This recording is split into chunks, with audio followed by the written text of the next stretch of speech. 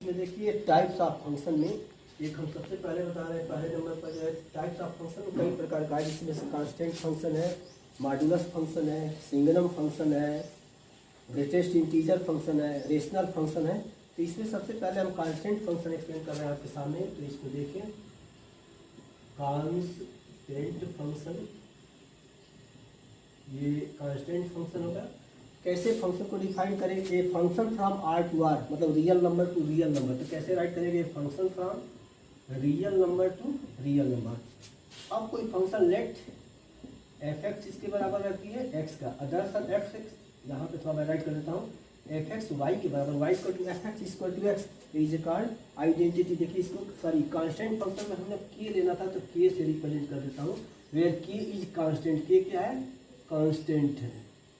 और in every x किससे belongs करेगा? फॉर एवरी एक्स किससे बिलोंग्स कर रहा है? रियल नंबर से बिलोंग्स कर रहा है।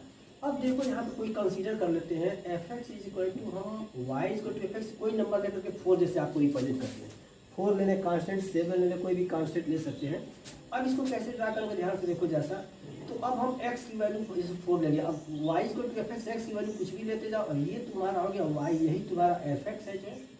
अब ये वैल्यू फिक्स हो गया, एक वैल्यू तो तुम्हारा फिक्स हो गया, तो जो कुछ रिजल्ट रखे जैसे कि 4 पर, अब तुम 2 रखोगे तभी 4 आ रहा है, -1 रखोगे तब भी 4 आ रहा है, 1/2 रखोगे तभी 4 आ रहा है, √2 रखोगे तभी 4 आ रहा है। इसका क्या मतलब समझे? इसका मतलब हो गया कि यदि इसको ग्राफ को ड्रा करें तो देखो ये एक्स एक्सिस हो गया, ये ओरिजिन हो गया, ये तुम्हारा क्या हो गया? एक्स एक्सिस हो गया, ये हमारा हो गया वाई थोड़ा सा साफ लिख देता हूँ, और ये हो गया वाई डेक्स हो गया।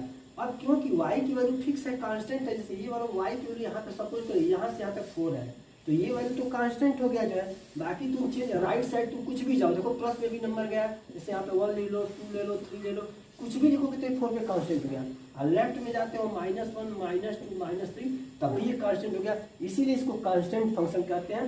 और जैसे इसका डोमेन लिख लेते हैं, डोमेन इसका क्या हो जाएगा? यहाँ पे लिख देता हूँ डोमेन। तो डोमेन ऑफ फंक्शन क्या हो जाएगा? डोमेन में सारा देखो, फर्स्ट हमेशा सेट, पहला सेट हमेशा डोमेन को रिप्रेजेंट करेगा। ये किसको रिप्रेजेंट करेगा? डोमेन को। और दूसरा सेट किसको रिप्रेजेंट करेगा? हमेशा ये देखो जो इसके इमेज होंगे वो रेंज को रिप्रेजेंट करेंगे। तो डोमेन इसका हो जाएगा, डोमेन एफ क्या हो जाएगा? All real number. यहाँ पे देखिए, यहाँ पे मैं थोड़ा सा ऊपर कर देता हूँ, डोमेन में आपका ऑल रियल नंबर हो गया, और रेंज में भी क्या आ जा रहा है आपका?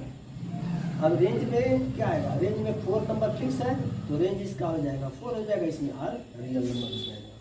ठीक है, तो एक और ये फंक्शन कंप्लीट हुआ।